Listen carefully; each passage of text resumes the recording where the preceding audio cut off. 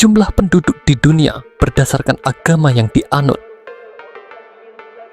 Total penduduk dunia diperkirakan sebanyak 7,79 miliar jiwa yang tersebar di kurang lebih 215 negara.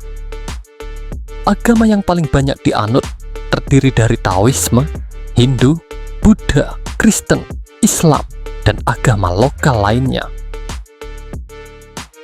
Selain itu, penduduk yang menyatakan tidak beragama juga sangat signifikan jumlah, yaitu sekitar 15,18% dari total penduduk di dunia. Berikut jumlah penduduk di dunia berdasarkan agama yang dianut. Taoisme.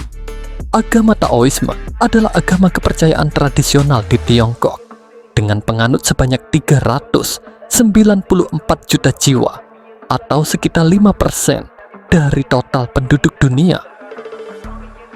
Buddha. Penganut agama Buddha di dunia diperkirakan sekitar 560 juta jiwa atau 5,06% dari total penduduk dunia. Hindu. Penganut agama Hindu di dunia diperkirakan sekitar 1,161 miliar jiwa atau 15,16% dari total penduduk dunia.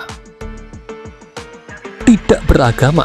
Penduduk yang mengaku ateis atau agnostik atau tidak beragama menduduki peringkat ketiga terbesar di dunia, yaitu sekitar 1,193 miliar atau 15,18% dari total penduduk dunia. Islam.